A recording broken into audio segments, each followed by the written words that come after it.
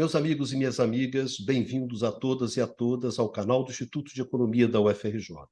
Eu sou Ronaldo Bicário e esse é o Conversas sobre o Mundo Contemporâneo, uma mesa redonda que debate as questões mais importantes que estão acontecendo hoje no mundo. Nesse Conversas 71, nós vamos conversar com vocês sobre a disputa tecnológica entre Estados Unidos e China, uma disputa que tem se acirrado fortemente nos últimos anos e que faz parte, evidentemente, de uma disputa maior, de uma disputa comercial, de uma disputa geopolítica entre esses dois países, entre esses dois polos importantes dentro e poderosos dentro do sistema internacional, e que envolve também um conjunto de países, na verdade, os outros países. Então, essa não se trata apenas de uma disputa entre China e Estados Unidos. Envolve a Índia, envolve Rússia, envolve Europa, envolve os países latino-americanos, envolve o Brasil, enfim, tudo junto e tudo misturado, como diz a galera, é que nós vamos discutir nessa disputa entre Estados Unidos e China, essa guerra tecnológica entre esses dois grandes países. Bom, para a nossa mesa redonda, nós temos hoje Numa Mazati. Tudo bem, Numa? Tudo bom, Micalion? É, Prazer estar com vocês. de uma certa maneira, né, Numa, a gente retoma a nossa discussão lá, última, né, sobre o G20, sobre os BRICS. É uma prorrogação, um aprofundamento de uma parte importante, né, É, dessas mudanças. dessas disputas internacionais, né? Eduardo Bachan, tudo bem, Bachanzinho? Bem, boa noite, Bicalho. Teremos muito a falar, né, sobre o futebol carioca, né? Nós aqui, botafoguenses, tricolores, flamenguistas, mas vamos falar do mundo contemporâneo. Vamos falar sobre o mundo contemporâneo, Bachanzinho ali com o coração disparado, Fluminense Internacional, o amanhã, né? Semifinal Bom, da na realidade, quando o Libertadores. programa, hoje estamos gravando numa terça-feira, né? Excepcionalmente, quando o programa for ao ar, né, na realidade, a gente já vai saber o que aconteceu, né? Já, já. Eu só estou esperando No aqui. Gigante da Beira-Rio. Mas Exato. vamos lá, vamos para o Eu só mundo estou esperando aqui contemporâneo. o técnico do Botafogo ser demitido. Só Já isso. caiu o Bruno Lage? Até agora não sabemos. Existem Uns apenas saem, outros chegam, insights. né? Adenor Bach, o Tite parece que vem para o Flamengo, enfim. Isso, olha só. Mas vamos falar do mundo contemporâneo. Vamos falar antes que o Prado aqui deu esporro na gente. Pradinho, grande Isso, Pradinho. Tudo já bem, está Pradinho? nervoso. Pois é, né? Para não falar em futebol, hoje o tema é muito interessante e vamos continuar a conversar sobre essa disputa, que, afinal de contas, é um dos temas quentes da atualidade. É isso aí, Prado. Bom, enfim, senhoras e senhores, meus amigos, minhas amigas, vamos para a nossa mesa redonda. Lembrando para vocês que vocês podem sempre encontrar esse programa no formato de podcast. No canal IE-FRJ, vocês encontram todos os programas do canal do Instituto de Economia em podcast. Pradinho, apresenta o tema. Vamos lá. 1972 foi uma data de reaproximação entre os Estados Unidos e a China. Depois de um longo processo em que a China cresce, se transforma de um país com uma grande população, mas uma participação na economia mundial muito pequena, num país extremamente importante, e um grande parceiro comercial e parceiro de investimento dos Estados Unidos, nós começamos a ver um processo de mudança na relação bilateral entre a China e os Estados Unidos, fundamental.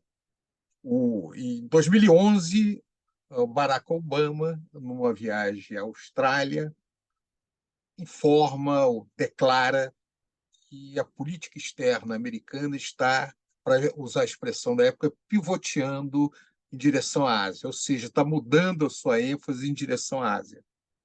A partir desse momento, inicia-se um processo crescente de enfrentamento dos Estados Unidos com referência à China, em especial de tentativa americana de conter a grande expansão da China e conter o desenvolvimento tecnológico da China, que começa efetivamente a se mostrar capaz de superar os Estados Unidos em várias áreas.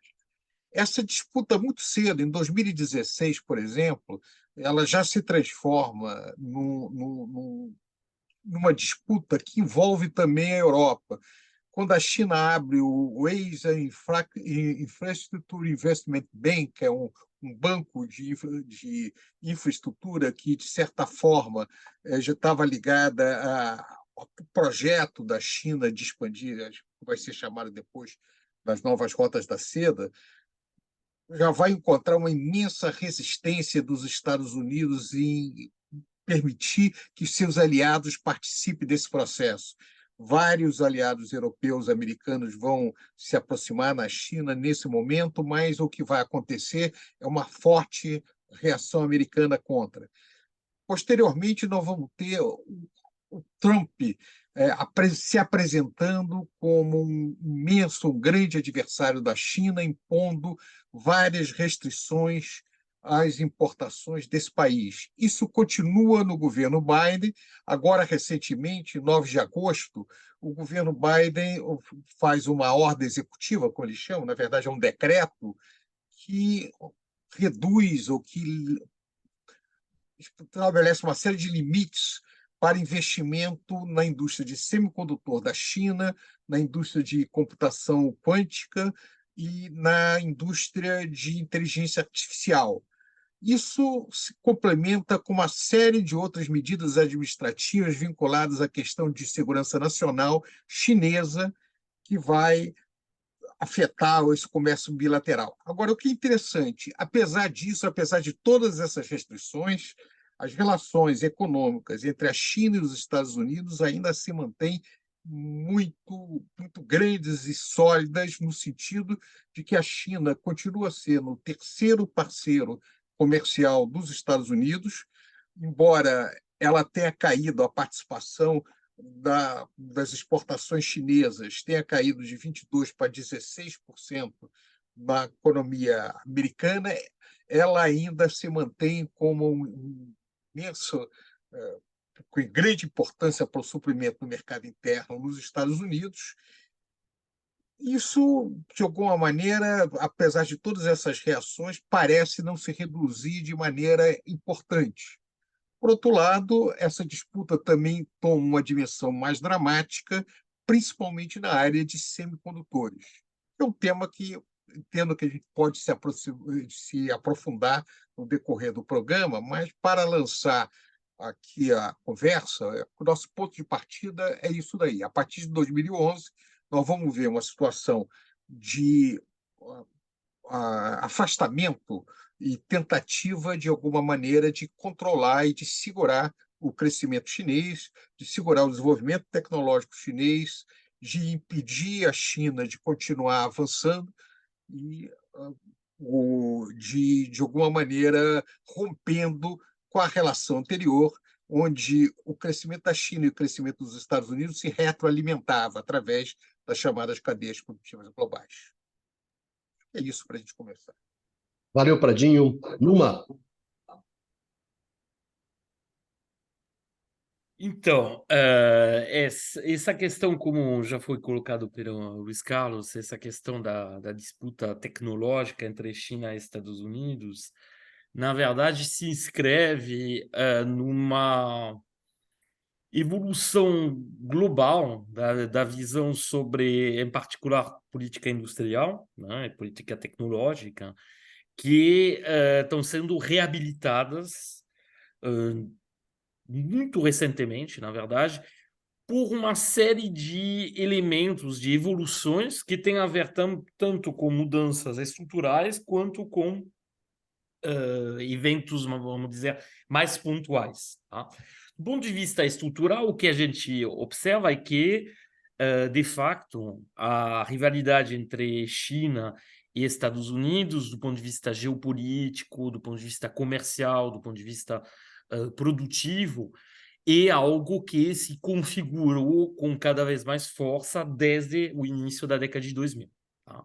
Os Estados Unidos, como foi relembrado pelo Luiz Carlos, tiveram interesse numa pungência da economia chinesa no âmbito da disputa geopolítica da Guerra Fria, na década de 70.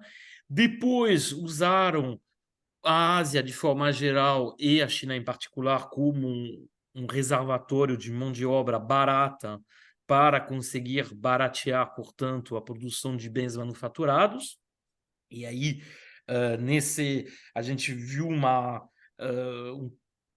crescente sofisticação dos bens manufaturados, dos bens industriais produzidos na China entre a década de 80 e a década de 2000. Tá? A gente passou de bens de consumo muito básicos, tipicamente, sei lá, equipamento em plástico,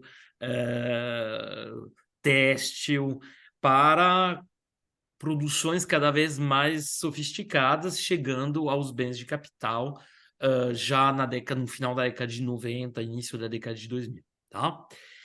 E um país que, na verdade, uma região, de forma mais geral, no caso asiático, que estava inserida, na verdade, numa visão de política econômica e de política produtiva americana, que precisava de bens manufaturados baratos, né, para compensar, em particular, a estagnação ou até a queda dos salários reais observada depois da Revolução Reaganiana, da Revolução Neoliberal do início da década de 80. Então, algo que, na verdade, era parte de uma estratégia interna dos Estados Unidos, escapou ao controle do seu idealizador inicial, e a China passou a ser um concorrente crescentemente perigoso para os Estados Unidos, ao ponto que representa hoje um verdadeiro polo alternativo em termos tecnológicos, em termos produtivos, em termos industrial e comercial, com um peso da produção industrial que já ultrapassou a dos Estados Unidos. Tá? Tudo bem que, como já foi discutido em programas anteriores, em muitas áreas ainda há uma prevalência da tecnologia americana, mas a capacidade da China de se aproximar da fronteira tecnológica é impressionante. Tá? Inclusive, em certas áreas, já foi comentado em programas passados como a China 5G, a tecnologia 5G, a China está disputando de igual para igual com os Estados Unidos. Tá? Então, esse é um primeiro aspecto estrutural que mostra que, na verdade, há uma certa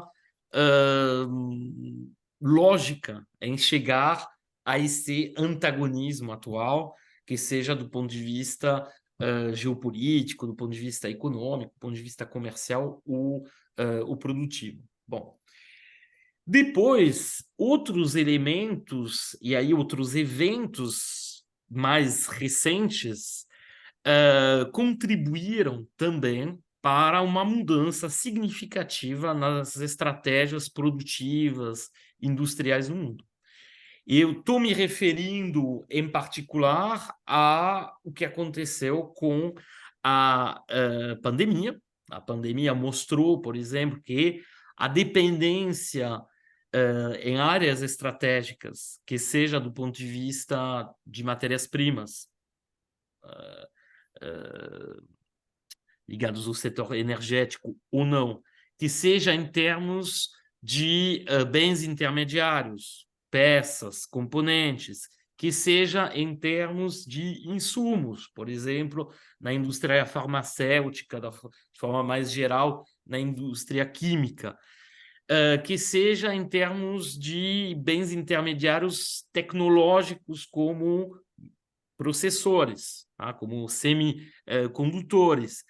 Toda essa dependência e, junto com ela, a dependência em relação a fluxos comerciais de longa distância, particularmente através do transporte marítimo, tudo isso expôs as fraquezas e na verdade, a vulnerabilidade que tomou conta de muitos países, obviamente os países ocidentais, os Estados Unidos em particular, mas também os países europeus, mas também países da periferia. Tá? E é óbvio que vendo que esses problemas que surgiram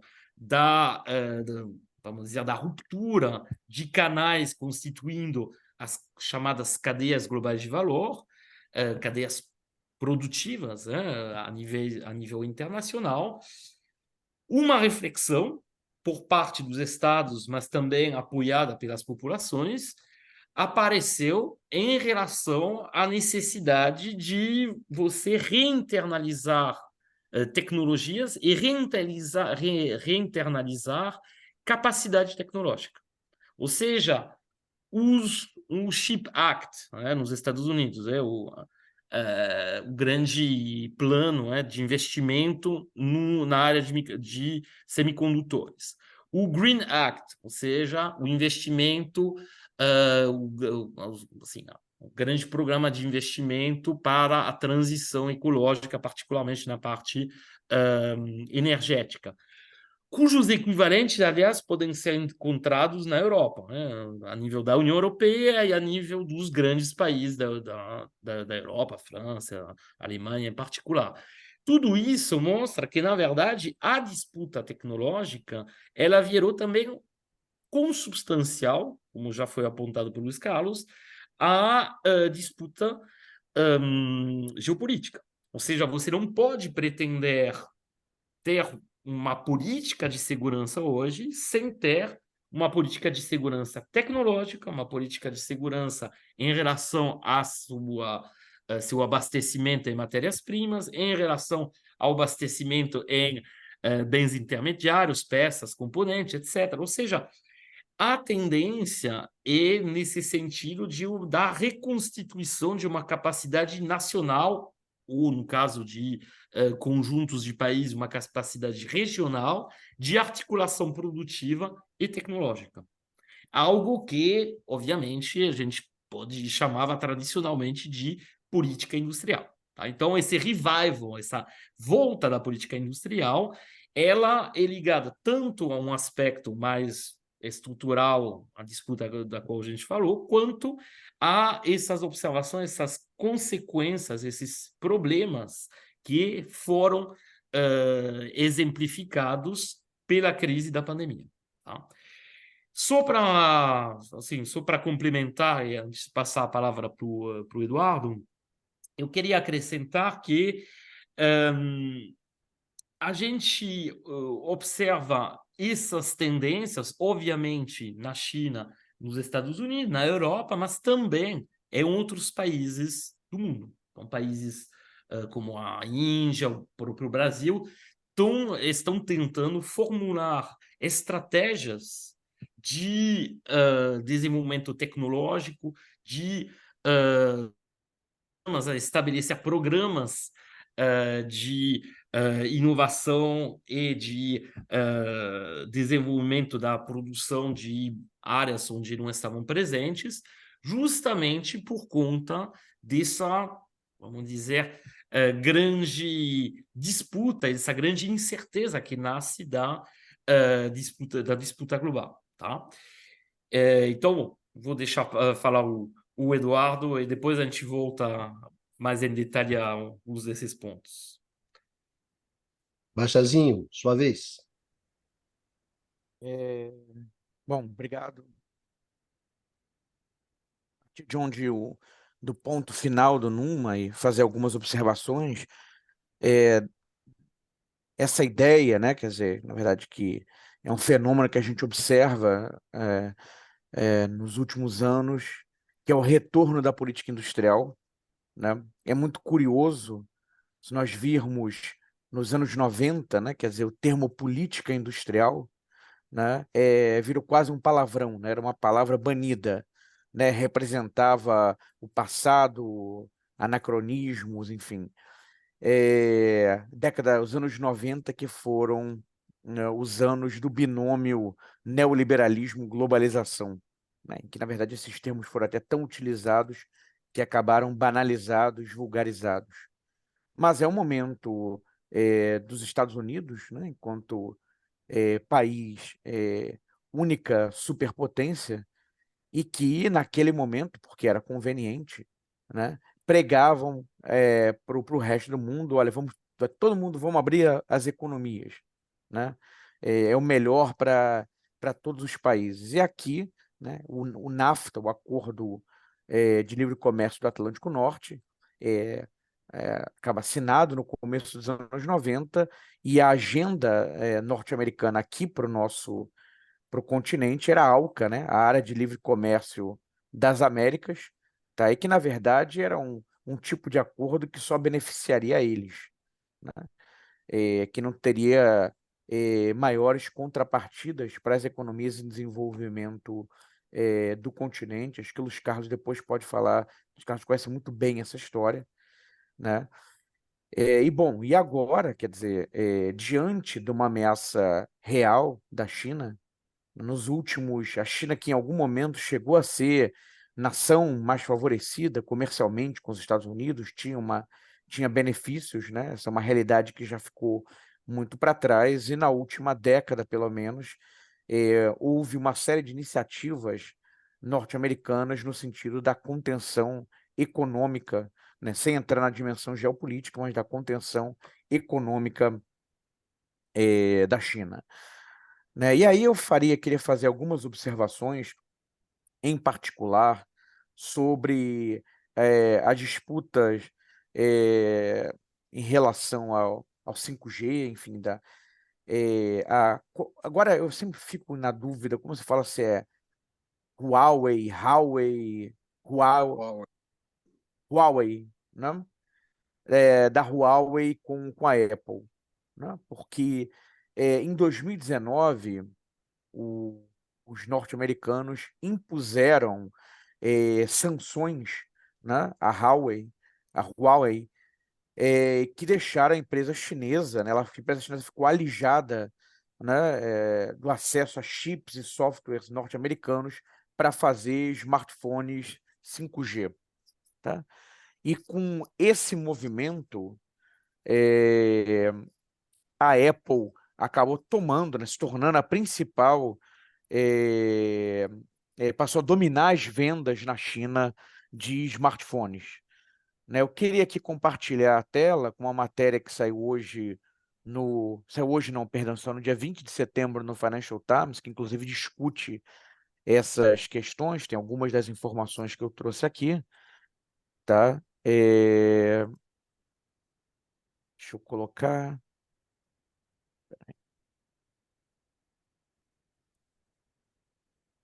Não.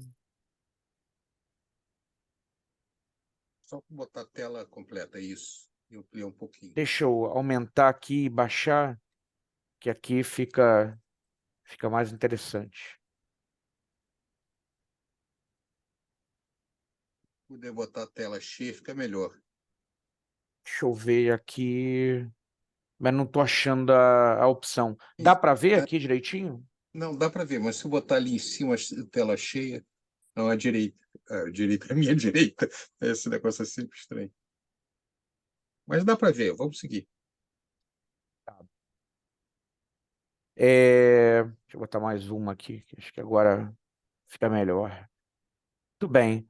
É muito perceptível, né? É imediato que, a partir de 2019, tem um movimento as vendas de smartphones da Huawei dentro do mercado chinês despencam, né? E os da Apple crescem fortemente, né? Ocupando esse lugar, né? A Apple desloca então a Huawei depois dessas restrições que foram impostas à empresa chinesa. E agora, no final de agosto, né, a Huawei anunciou, né, o lançamento da Mate 60 Pro, né, que é um smartphone com tecnologia. Bom, ele também tem tecnologia que vem de fora, tá? Mas já tem desenvolvimentos, enfim, que foram feitos na própria China, tá? E que, portanto, a empresa poderia já prescindir desses insumos norte-americanos, tá? E com esse anúncio, a- as ações da Apple caíram, né? Isso mostra, quer dizer, a Huawei voltou ao jogo, tá? Ela que teve que, na verdade, fazer quase que um downsize, né? Ela perdeu muito espaço no smartphone 5G, teve que se concentrar em vender equipamentos 4G, focar mais no mercado interno, quer dizer, isso agora pode ser um divisor de águas, né? E mudar o jogo. E a Apple depende também de insumos na China, tá? E está exposta a sanções por parte dos chineses, tá? É um toma lá da cá, tá? E agora, isso tudo, quer dizer, essa é uma disputa crescente, mas eu vou encerrar chamando a atenção para um dado, né, que o Luiz Carlos ele parcialmente comentou na sua fala, na sua primeira exposição, que é sobre as relações comerciais entre China e Estados Unidos, tá? Luiz Carlos comentou, né, que a China é o terceiro maior, principal destino de exportações norte-americanos, tá? Ficando atrás apenas dos países do NAFTA, né? O Canadá em primeiro, o México em segundo, a China aparecendo em terceiro. E por outro lado, os Estados Unidos são o principal destino das exportações chinesas ainda hoje. Então, quer dizer, há uma disputa em curso, isso é indiscutível, mas as duas economias ainda dependem muito uma da outra. Tá? Então, quer dizer, esse é um elemento que tem que ser observado e fazer parte aqui da reflexão, né, em torno quer dizer, até onde essas disputas vão, né? Até onde, e acho que é um ponto que o Numa destacou no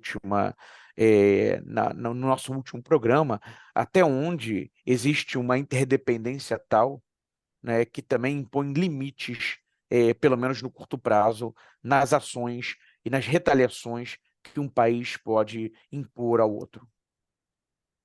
Valeu, Bastian.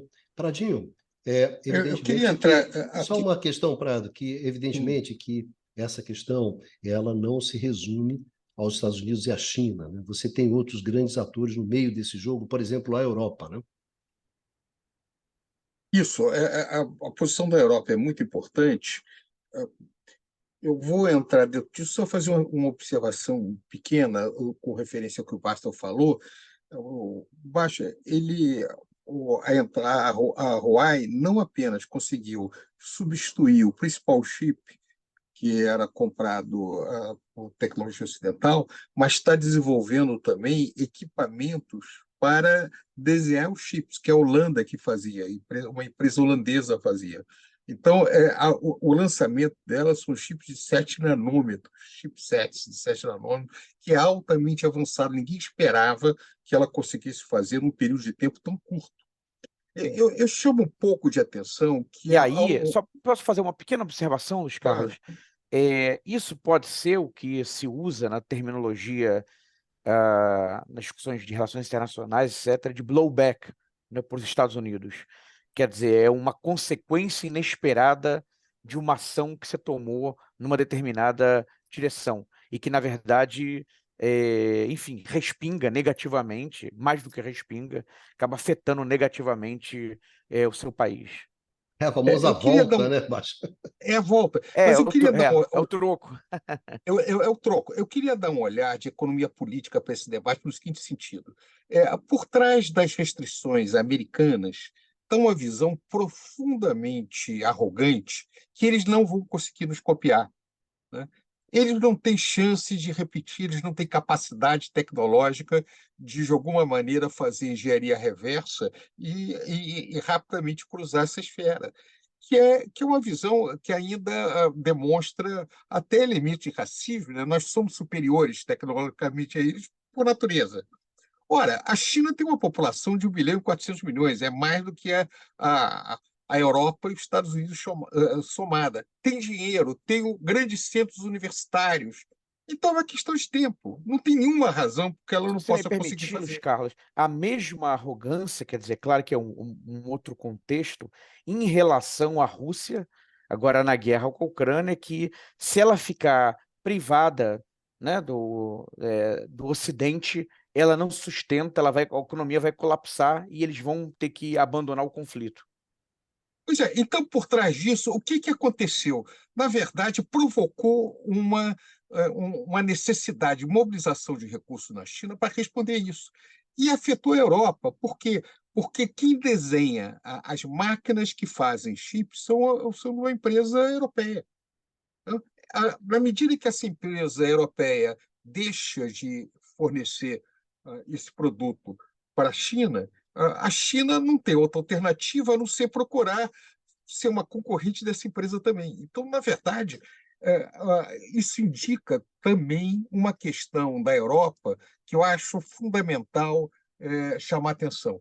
Se a gente, eu li, até para fazer esse debate aqui, um documento de 2020 do Instituto Alemão, da German Institute for International Security Affairs, que faz um documento sobre a rivalidade estratégica de Estados Unidos e China, onde coloca o seguinte: olha, a Europa deveria escapar da armadilha de entrar na disputa entre Estados Unidos e China.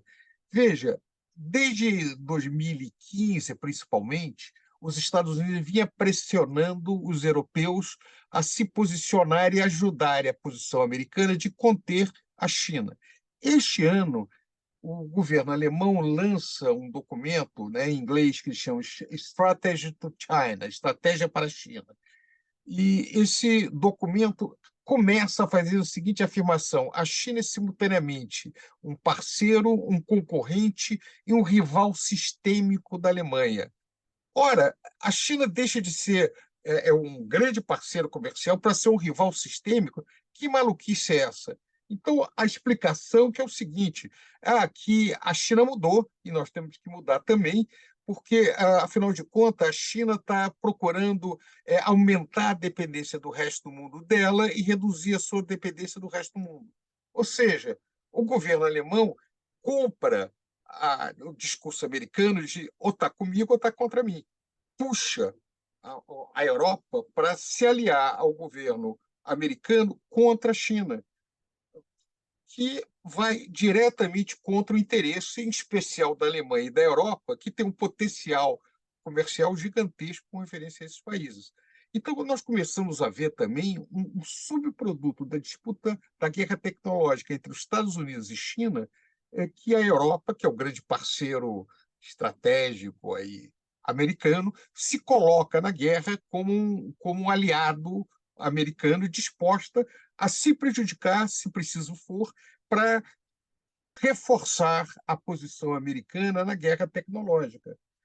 É interessante que a China vem mostrando também capacidade de responder a isso. De início, a China não queria ter uma área de influência técnico-política, para usar uma expressão, mas ela começa a se sentir obrigada, de alguma maneira, a responder. A primeira resposta que ela faz é em cima de uma empresa coreana, né? É gozado, os chineses têm um dito que eu acho interessante: matar a galinha para espantar os macacos, né? Então, ele escolhe uma empresa, que é a Micron, e simplesmente proíbe essa empresa de operar na China. É uma empresa que vendia produtos para componentes para computação, chips, etc.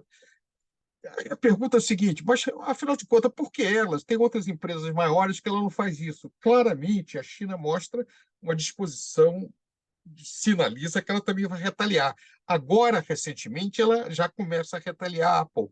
Ela proibiu, por exemplo, que funcionários públicos chineses usassem o equipamento Apple dentro de empresas públicas chinesas.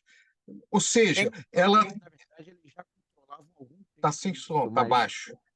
Desculpa. Tem um papo que eles controlavam já há algum tempo, mas, de todo modo, isso se tornou público agora, né?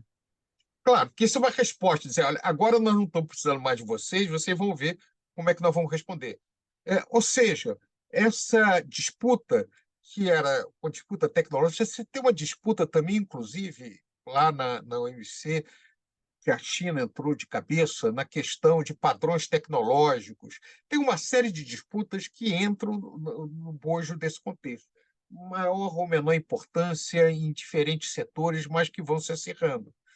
Nesse sentido, os países começam a ter que se posicionar como é que eles ficam. A Europa já colocou claramente que ela está do lado americano. Países chamado BRICS em geral se colocam numa posição neutra. Brasil, em tese, Índia, se colocam numa posição. Nós não temos nada a ver com essa disputa. Nós estamos tentando colocar, de alguma maneira, o nosso espaço. Embora a Índia, eu acho que o Numa até pode até aprofundar isso mais, ela, de certa maneira, se oferece também como oportunidade para aproveitar um nicho deixado pela disputa entre Estados Unidos, Europa e China, como podendo, de alguma maneira, aumentar a sua produção também de chips, alguma coisa. De qualquer maneira, a Índia não parece estar disposta a entrar na onda americana de retaliar ou de criar barreiras exageradas no que se refere à China. Por outro lado, o Brasil vem se oferecendo como uma alternativa, né? Afinal de contas, nós somos bem mais próximos dos Estados Unidos, mas não há nenhum movimento nesse sentido, não há nenhuma indicação de que haveria alguma mudança significativa da China em direção ao Brasil de produtos americanos ou de tecnologia americana feito lá. Até porque a nossa mão de obra não é tão barata, a nossa infraestrutura não é uma infraestrutura tão boa, e, além disso, esses sistemas não vêm sozinho. Você tem todo um meio ambiente, tem uma série de outras coisas que giram em torno que teriam que vir. Então, finalmente, o Brasil é autônomo demais para ser colocado como espaço de investimento, né? Se for o caso, seria melhor botar na América Central, no México, alguma coisa, do que botar num outro país que também pode se colocar numa posição mais autônoma. Então, o que nós estamos vendo, a meu ver, são uma dimensão da disputa geopolítica que o mundo está vivendo hoje. Numa, já que você foi citado. Sim,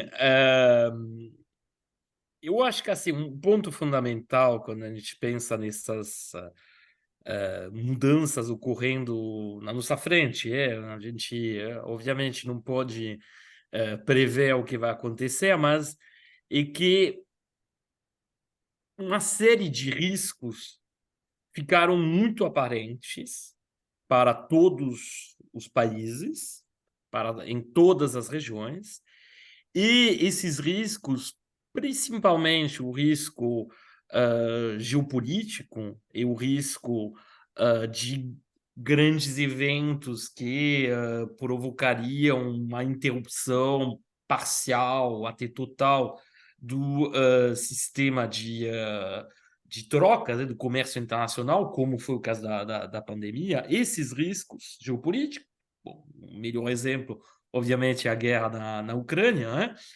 E as consequências que ela teve, em particular, do ponto de vista energético, mas futuramente a gente pode pensar em riscos geopolíticos muito maiores, né? Imaginamos que a guerra comercial tecnológica entre Estados Unidos e China suba de nível, continue se aprofundando e que comece a haver umas assim, medidas de retorção entre os países, de sanções cruzadas que levariam à paralisação parcial, né, das trocas e do comércio da China com os países do bloco ocidental e vice-versa, né? Um cenário que já foi evocado pelos camaradas, né? Tanto pelo Luiz Carlos quanto pelo Eduardo. Então, esses riscos fazem com que a reorganização comercial e produtiva apareça como uma necessidade. E essa necessidade tem ganhado muita força nas populações de todos os países, todas as regiões, há uma receptividade grande em relação a isso. O problema é você saber como você vai realizar isso. Tá? Porque a lógica, se a gente for pensar assim no ponto de chegada de uma estratégia de reinternalização dos processos produtivos e tecnológicos, seria a constituição de blocos coesos do ponto de vista geopolítico, ou seja, de países aliados, né? Que, portanto, organizariam espécies de mercados, do ponto de vista comercial, produtivo e tecnológico, dentro do bloco. Tipicamente, a gente poderia pensar num bloco organizado em volta dos Estados Unidos, com seus aliados próximos, Canadá, México, países europeus, da Europa Ocidental, pelo menos, e um outro bloco organizado em volta da China e da Rússia. Bom, e aí países que, como a gente colocou no programa passado, seguindo uma estratégia no alinhamento que oscilariam entre esses blocos. A dificuldade de implementar isso é que avançamos muito num processo de integração produtiva e tecnológica a nível global. Então, a gente deu exemplos de recuos nessa tendência, porém, ainda é muito forte. E se a gente for olhar, ainda tem fluxos grandes de investimento de empresas ocidentais na China.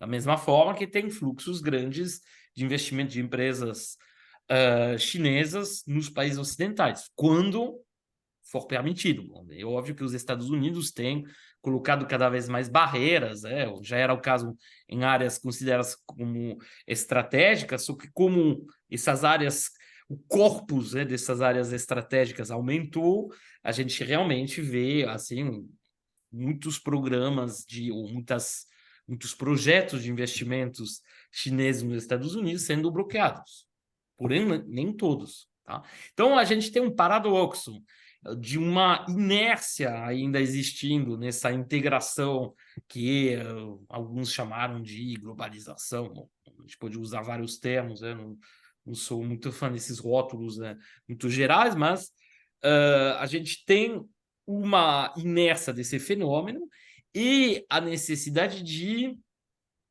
se você quiser, pelo menos perseguir essa estratégia voltada para a segurança, voltada para a autonomia, porque em última instância é disso que se fala, reconquistar uma autonomia tecnológica e produtiva, você precisa cortar com laços que são extremamente profundos, extremamente enraizados. A gente nem tocou muito na questão financeira, mas você tem relações de capitais, de fluxos de investimentos, de fluxos de remessas de lucros, que são gigantescas. Tá? E, obviamente, uma dificuldade fundamental que teriam os países ocidentais, por exemplo, desculpe, em relação a essa estratégia de reconquista de autonomia e mudar completamente o software que até então utilizava. Tá? Porque o que a gente vê é que muitos projetos vamos dizer, de reindustrialização em países ocidentais, nos Estados Unidos, mas também na Europa, na verdade, não estão avançando a um ritmo tão acelerado quanto se imaginava, tá? Porque, em última instância, você tem uma lógica de lucros, uma lógica empresarial, uma lógica financeira que ainda rege a maior parte do funcionamento do sistema produtivo, tá? Nesse sentido, a gente pode imaginar que, de facto, e bom, isso ficou muito claro, quando a gente observou a resposta à pandemia e essas disrupções, esses problemas que surgiram na coordenação das cadeias globais de valor. É verdade que países com capacidade de mobilização, de planejamento alta, como o caso da China, tem uma vantagem enorme em relação a países onde a estratégia interna vai ser definida em função de imperativos políticos. Então, você pode ter facilmente mudanças nas estratégias. A gente viu as mudanças que existiram entre a administração Trump e depois a administração Obama. A gente viu, se a gente pegar o caso do Brasil também, a mudança que tem entre a presidência do Bolsonaro e depois a presidência do Lula em relação à questão da política industrial. Então, você tem elementos internos que vão poder contaminar consideravelmente a elaboração e, na verdade, a capacidade, mais do que a elaboração, a capacidade de sustentar uma estratégia, vamos dizer, contínua, uma estratégia consolidada voltada para a implementação de política industrial, ou seja, a criação desses elementos. Porque, por exemplo, se a gente pega a questão do meio ambiente, a questão da transição verde, a gente sabe que em países onde existe um espaço de disputa democrático, não há vamos dizer, um consenso em relação a isso. Inclusive, tem virado, mais recentemente, em muitos países, uma questão de disputa política. Alguns defendendo a necessidade dessa transição verde, outros, pelo contrário, dizendo que ela não tem que acontecer, com uma instrumentalização de ambos os lados, né? Então, a gente vê que nem todos os países são iguais, entre aspas, em relação à sua capacidade de implementar políticas industriais de longo prazo e, portanto, em relação à sua capacidade de reinternalizar a produção. E, para encerrar, antes de passar a palavra para o Eduardo, a questão é que a China não precisa disso.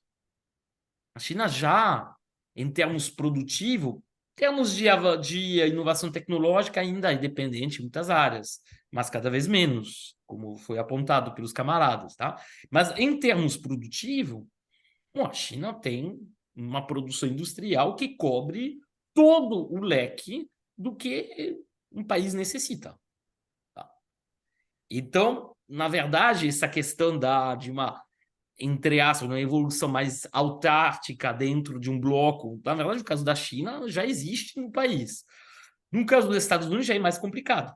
Tá?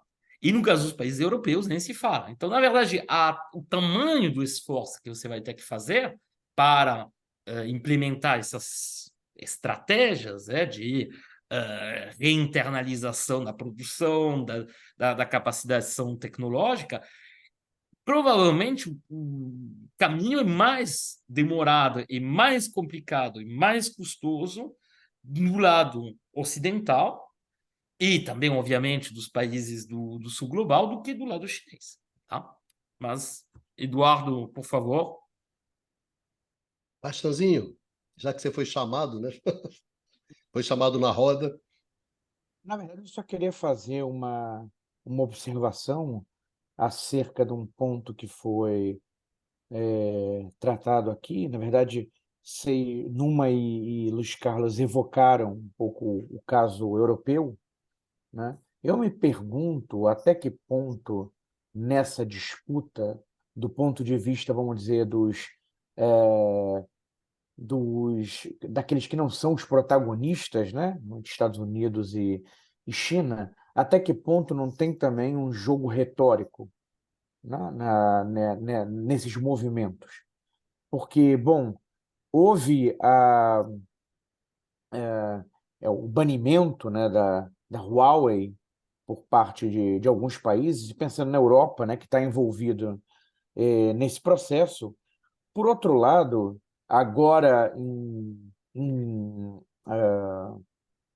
de agosto, a Ericsson sueca firmou uma parceria com a Huawei. Tá? Em junho sai a notícia que a Huawei participa de 11 projetos, tá, financiados pela União Europeia, num programa de pesquisa e inovação chamado Horizon Europe, que tem um orçamento muito elevado. Tá? Então, eu me questiono, né, até que ponto aqueles que são os coadjuvantes, né, até onde isso representa, né, retórica, né, como a gente falava antigamente, para inglês ver ou para norte-americano ver, enfim, até que ponto isso realmente tem se traduzido na prática numa clivagem, né, numa separação em relação. Eu estou pegando aqui o caso com a Huawei, eu me concentrei, né, nessa empresa, que é uma empresa-chave, na minha exposição de hoje, né? Mas vai para além disso, tá? Vai para além disso. E no caso europeu, até seria, né, se for realmente uma coisa que se tem um quê de jogo de cena, seria até para eles desejável, né? Porque, na realidade, eles só tomam prejuízo, né, esse alinhamento do ponto de vista econômico nos últimos tempos, esse alinhamento com os Estados Unidos, estratégico, né, geopolítico, militar, tem trazido diversos prejuízos econômicos para a Europa, né, e alguns países do bloco em particular. Valeu, Baixa. Pradinho, encaminhando aqui já para o final do programa, né? A gente já tem quase uma hora de programa. Então, Prado, eu gostaria que você encaminhasse aí o final, seus comentários final e encaminhasse, assim como você encaminhou, né, o tema no início, eu sugiro que você encaminhe agora o final dessa discussão. Eu acho que essa discussão vai no seguinte sentido. Olha só, você tem agora a expressão que se fala no mundo da Europa de delink, de, de alguma maneira, de reduzir o risco, né? A expressão delink ela não é muito clara da maneira que ela coloca, né? Os europeus vêm falando delink, mas não decoupling. É uma posição europeia, você tem toda razão, Baixa, é uma posição meia dúbia em alguns momentos, porque seria um desastre para a Europa abrir mão do mercado chinês e, por outro lado, abrir mão de uma série de questões, de benefícios que a China poderia ter. Inclusive, a China a China tem a maior parte da produção das chamadas terras raras. Uma das respostas da China a bloqueio dos Estados Unidos e da Europa de produtos tecnológicos da China tem sido ela dificultar a exportação de alguns desses produtos. A China tem várias cartas na manga que ela pode usar também nessa disputa. O problema que eu vejo é que por um lado, você pode ter empresários pragmáticos que querem continuar fazendo negócio e ganhando dinheiro na China, mas você tem uma opinião pública e os setores de política que vão na onda americana de enfrentamento a qualquer custo, né? Sob o argumento de que isso é necessário para manter a liberdade individual. Como a principal crítica que você tinha à China é que ela não dá muita bola para o que acontece nos outros países, ou seja, principalmente na área financeira, ela não exige contrapartidas. A expressão que era usada no artigo que saiu no Político, que é uma publicação americana, que ela não estimula a responsabilidade dos outros países. Ou seja, a China joga sozinha, ela não está preocupada de intervir em país nenhum. Ela é o suficiente grande para levar em conta aquilo que a beneficia, olhando para o seu próprio umbigo nesse sentido. Então, nesse sentido, a China é muito diferente dos Estados Unidos, que é um exportador de ideologia, é muito preocupado com a política interna dos países. Não é que a China não seja, em nenhuma circunstância, talvez nos países vizinhos da China, ela tenha um pouquinho mais de preocupação, mas certamente ela não tem uma preocupação global de algum modelo moral para impor, algum modelo econômico para impor nos outros países. Agora, o que eu vejo é que esse acirramento ele é real e vai impactar a economia mundial daqui por diante. Porque você tem essas restrições que são feitas por decreto, no caso americano, você tem restrições de empresas europeias, a China, obviamente, responde produzindo aquilo que ela não pode comprar, aí os países europeus, os Estados Unidos, acusam a China de querer que o resto do mundo seja dependente dela e ela não ficar dependente. Ou seja, é uma armadilha circular a natureza do argumento. Em última instância, a razão desse conflito é que os Estados Unidos não aceitam o fato de que ele está perdendo uma posição absolutamente hegemônica na área tecnológica e na área industrial. O que aparentemente a China está na frente, mas tem outros países que estão tentando se posicionar. O caso da Índia é um bom exemplo, né, em algumas áreas. Ela está tentando também se posicionar. Então, daqui por diante, eu acho difícil prever. O que nós estamos vendo, o Vicário estava falando isso um pouco antes do programa, um certo ocaso do Ocidente, um ocaso da hegemonia norte-americana, que pode demorar décadas. Mas é um ocaso, ele não consegue mais impor a sua agenda sem resistência. E o caso da China é um bom exemplo, e essas disputas entre empresas, cresce uma, cai outra, a Holanda se prejudica quando entra no que se refere a isso, faz parte desse conflito entre os dois grandes players. Os dois grandes players, a China e os Estados Unidos.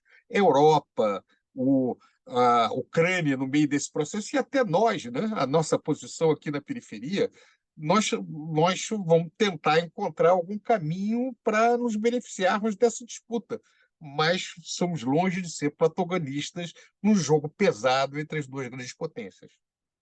Acho que é isso. Obrigado, Pradinho. Numa, seus comentários finais.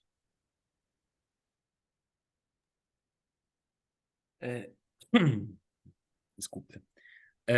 Como a gente colocou, é de facto a evolução que vai tomar o mundo do ponto de vista dessas mudanças nas políticas tecnológicas, nas políticas produtivas, até comerciais, vão depender da evolução da disputa entre Estados Unidos e China. Isso que vai pautar o ritmo de evolução e a intensidade das mudanças que vão acontecer. Se a gente for olhar do ponto de vista dos países da periferia, enfim, o sul global, como assim, o mais correto dizer, designar, países como a Índia, como o Brasil, como a Indonésia, vão ter, de facto, que se posicionar nessa disputa global. E há um espaço, obviamente, de oportunidades, tá? Porque países, como a gente descreveu, conseguiriam manter uma forma de não alinhamento, ou seja, de capacidade de trocar, de negociar, de manter laços diplomáticos, geopolíticos, produtivos, comerciais, vamos dizer, assim, de qualidade, entre aspas, ou seja, sem muito antagonismo, com os dois polos, China e Estados Unidos, poderiam tirar muito proveito disso. Tá? Então, seria um momento, por exemplo, para esses países desenvolver sua indústria de armamento, porque eles podem ser considerados por muitos países como fornecedores bem menos problemáticos do que a China ou a Rússia de um lado e os Estados Unidos do outro. Da mesma forma, você pode imaginar uma forma de nem benevolência, mas uma forma de não intervenção, né, de não intervencionismo, né, se esses países adotarem políticas industriais, políticas comerciais voltadas para o desenvolvimento dos seus setores estratégicos. Tá? ao contrário do que podia acontecer 20 anos atrás, por exemplo, ou até sei lá, 10 anos atrás, tá?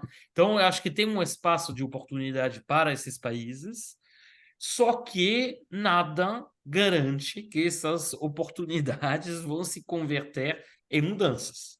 Isso vai depender de articulações internas, das relações que vão se as relações de força entre os blocos de poder.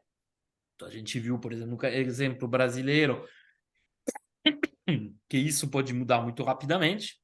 O exemplo argentino mostra que a atual receptividade em relação ao desenvolvimento tecnológico, de política industrial, de laços mais fortes tecnológicos com outros países do sul global, é algo que pode ser completamente abandonado caso os candidatos de direita, que seja o Milei, obviamente, mas também a Burris, vençam as eleições, porque esses dois candidatos, por exemplo, já afirmaram que sairiam dos BRICS, né, onde a Argentina Acabaram de entrar, né? Acabaram Exatamente. de Então, entrar, né?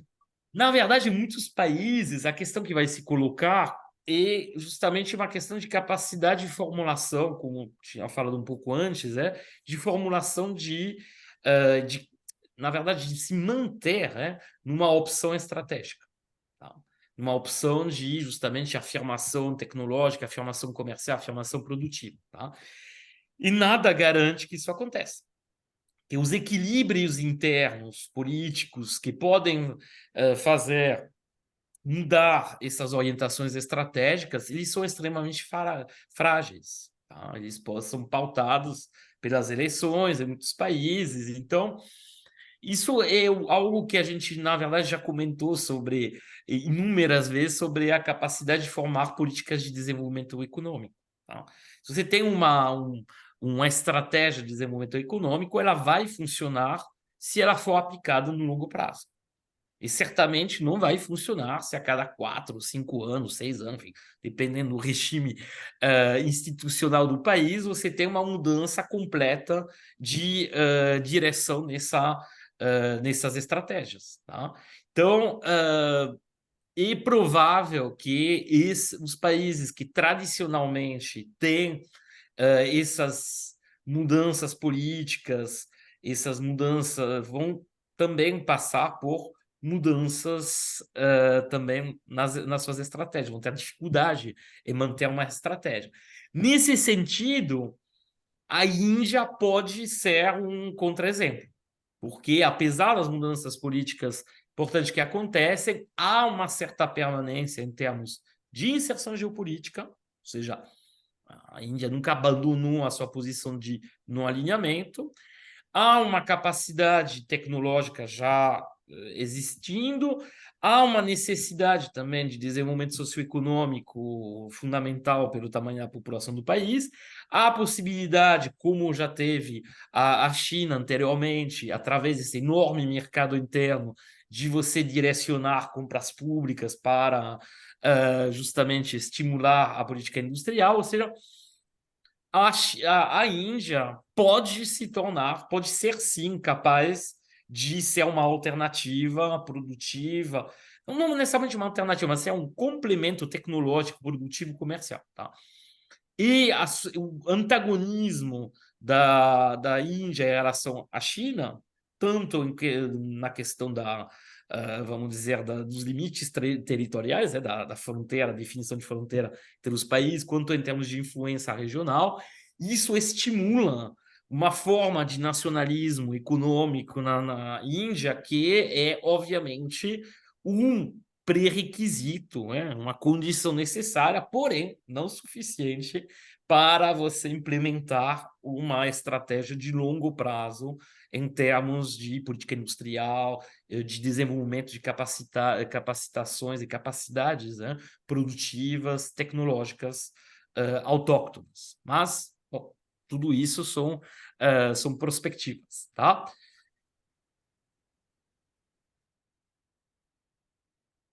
Muito obrigado, Numa. Bastazinha, seus comentários finais. Eu vou continuar na linha do Numa Eu vou falar algumas breves palavras mesmo sobre o Brasil, evocando, né, meus velhos professores Antônio Barros de Castro e Carlos Lessa, né, que falavam muito da importância de se ter uma visão de futuro para o país, né, que se confunde com a ideia de um projeto de país, né? Existe hoje no Brasil um projeto dessa natureza? E caso exista, né, existem elites dispostas, né, e capazes de mobilizar esse projeto, de levar ele adiante, né? Bom, com hiperfoco em regras fiscais, né, realmente fica um pouco difícil, né, você ter algo desse tipo, né? Esse caminho, né, do hiperfiscalismo, né, é o caminho da mediocridade, né? Não é o caminho que nos prepara para os desafios do futuro. Valeu, Baixa. Muito obrigado. Obrigado pela participação de vocês três, né? Do Pradinho, do Numa e do Baixa. E, bom, nós estamos hoje gravando esse programa, dia 3 de outubro, 11h30 da noite. E, Baixa, o Fortaleza acaba de eliminar o Corinthians e é um fato É histórico, mesmo. né? Pela primeira vez, um time nordestino Nordestino numa chega final à de uma competição, isso é muito legal. Sul-Americana, né? Então, Então, terminamos em parabéns, né? alta, né? Terminamos, Para- Parabéns para o apesar da grande nação corintiana tá triste, né? Uma das maiores chateada, né? torcidas do país, mas é muito bacana ver um clube do Nordeste chegando a uma final de competição continental. Acho É isso, legal. pela primeira vez na história, é o Leão do Pici, não é isso? Que é o Isso. Fortaleza. É isso aí. Bom, com essa saudação para os nossos amigos nordestinos, amigos cearenses e torcedores do Fortaleza, né? A gente vai encerrando esse programa de hoje, agradecendo muito a todos os nossos amigos, a todas as nossas amigas que nos acompanham nesse nosso debate, e a gente se encontra aqui no canal do Instituto de Economia da UFRJ, no próximo Conversas sobre o Mundo Contemporâneo. Se cuidem e vida que segue.